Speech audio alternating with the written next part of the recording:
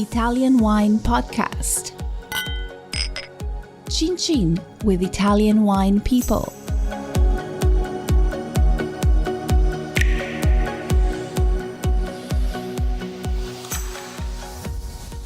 Okay, hello, this is the Italian Wine Podcast. My name is Monty Waldin. My guest today is Monica Colangelo. Monica works for the Nativ, or Native Winery in Paternopoli in the Apennine Mountains, just east of Naples in Italy's Campania region. And this is one of the most important centres for the establishment of wine growing in Italy. So it's a really important place. And we're going to find out a little bit more with Monica. Monica, welcome. So what is your role at Nativ? What is your role? What do you do? What's your title? Well, I joined the Nativ family 4 years ago, and I deal with the exports, so all the foreign markets, and I look forward to spread the wine, our wines, in all the world. This is what I deal with. You've brought a wine with you today. This was an award-winning wine. What award did it win, and what wine is it? The wine is Eremo San Quirico. Here it is. It is a very valuable wine for us because it is the first wine actually that was created when the company was founded more than 12 years ago. And it always brings back to the origin. The wine is called Eremo San Quirico. San Quirico is the area where the wine is cultivated, and Eremo means hermitage, because there are still the remains of an old hermitage near the vineyards. The village where we are located is called Paternopoli, and is very rich in history. It was created more than 2,000 years ago from old priests who isolated on the hills of Paternopoli. And we still have the remains of what they founded, of what they built. In fact, Paternopoli has some monuments that were declared as a part of the World Heritage of UNESCO. This wine in particular, Eremo San Quirico, is an Irpinia Campi Taurasini DOC. It means that the wine is made of Aglianico grapes. Aglianico is one of the most of the oldest grapes in Italy. It was imported by the old Greeks. Actually, it wasn't so popular in the past. It started to become more popular in the 80s after phylloxera, because it started to be exported in Europe, and then it started to become more popular in the 90s when it was exported. So now it has been defined as one of the 5 best Italian grapes, because it is a grape rich of tannins, which give structure to the wine, rich of polyphenols and anthocyanins, which give the wine aromas and color. But what is so special about this wine? Paternopoli, the place where we are, is in the DOCG area of Taurasi, which has a wide variety of landscapes and environments, because at the same time we have small plots of land. We don't have extended vineyards, but we have small plots of land, some of which are calcareous, and while others are volcanic. In particular, Eremo San Quirico grows on volcanic soil, which are very rich in minerals and allow the vineyards to have a very high longevity. In fact, some of the vineyards that give fruit to Eremo San Quirico also are 150 years old, so they are very old.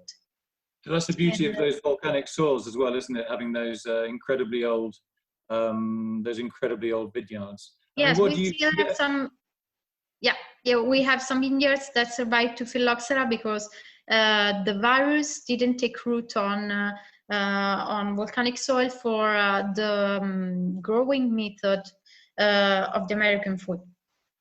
So how long does that wine last in bottle, given that you're in the south of Italy, but it actually gets very cold at night time? My brother-in-law comes from Irpinia.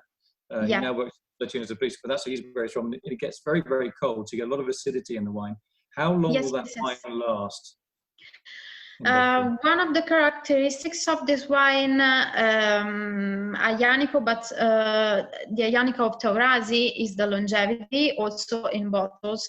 It is true that the acidity is high, but all the tannins of the wine allows to keep it for a very long time, also 20 years, and the more the wine ages, the beautiful thing is that the more it ages, the more the tannins become soft and round. I would even say that I don't advise to drink this wine before 3-4 years, because tannins would be strong. So the more you keep it, it is a wine that you can keep for occasions. I mean. So what's your favorite meal with that wine, with the Nativ? I go crazy for braised red meats, so a very classic matching for me. It is a very structured wine, and it can go well with braised red meats, but also very complex